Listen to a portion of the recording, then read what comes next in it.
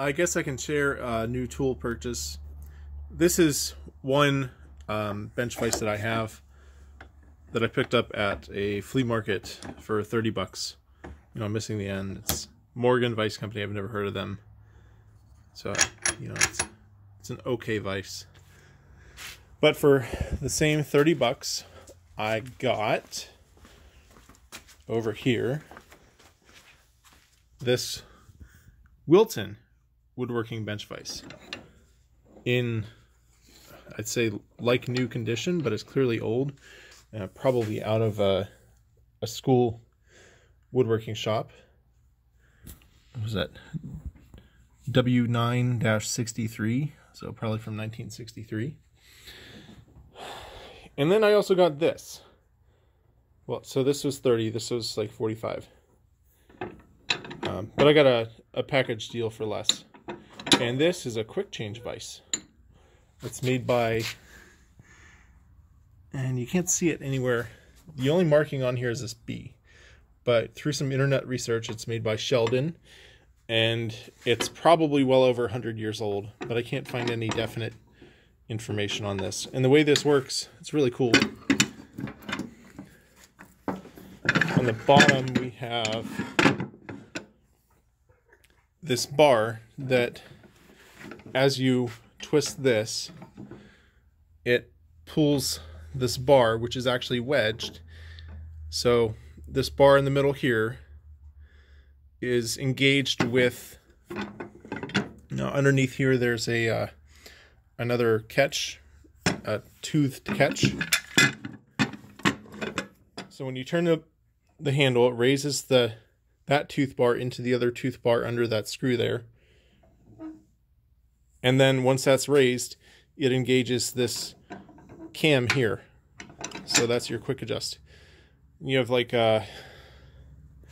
whatever that distance there is minus a little bit. So maybe a little less than 1/4 inch of clamping every time you twist it.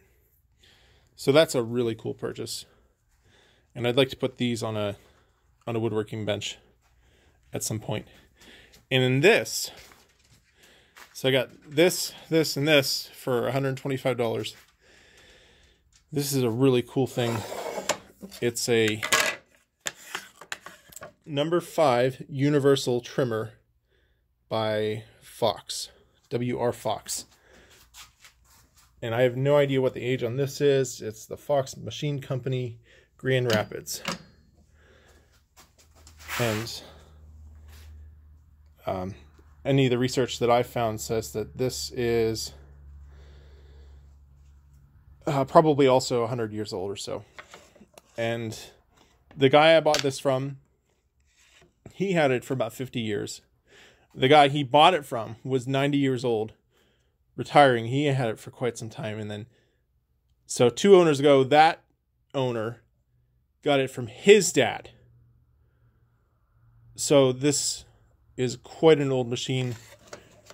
And the way it works is you have this handle here in the back, and it engages, well, it's removable. It engages in this gear, rack and pinion, which goes back and forth. Now you can buy these for around $200 nowadays.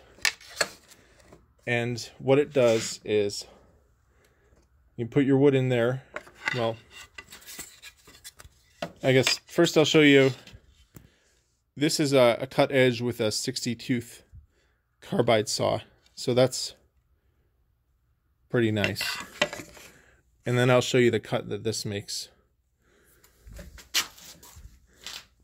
Just line it up there and pull.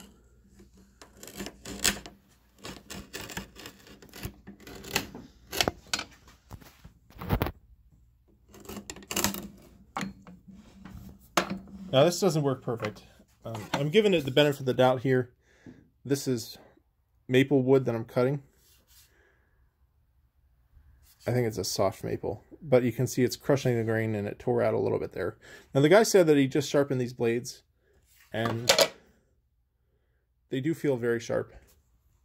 Now I also tried it on this big pine block for shits and gigs, and you can see the 40 tooth cut here, or 60 tooth for my table saw.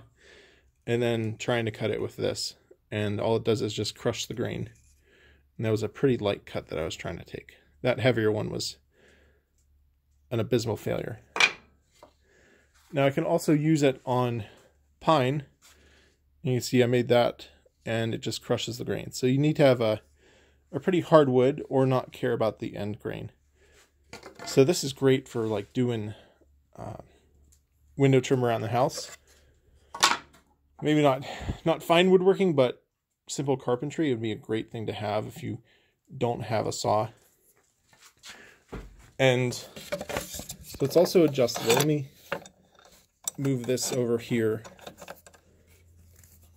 And you don't need to, let me make this a little bit shorter. Boom, now. And there, I'm dropping my phone on the floor. Sorry, Galaxy S9, but it landed on my foot. I made it a little shorter so it's not going to fall off. Now you might think, oh, it'll take a long time to cut through this, but really you can take massive cuts. One. Do one there. 2. And 3. So that's 3 cuts to do a mitered end on this, which is around 1.5 inches wide. Man, that thick, but it's pine. There's like 2 interesting other things about this. First, it has this other block, which is original to it. You see that key there? It goes into a slot there. So that allows me to do other 45s. I'm not exactly sure what super benefit with this would be to this, other than maybe you could sort of do a compound. I guess you could do a compound miter. Wouldn't be very pretty, but you could. And it has ears. So this is an original cast ear that when the blade comes over, you can see it sticks out there. And it protects the blade when it's in a stored position. But on this side, the ear was broken off. So the previous owner, who was a tool and die maker, he made this replacement ear instead of trying to braze something on, which I'd say, you know, it works fine. It's fitting with its age, and it's a nice quality fix. So that's okay.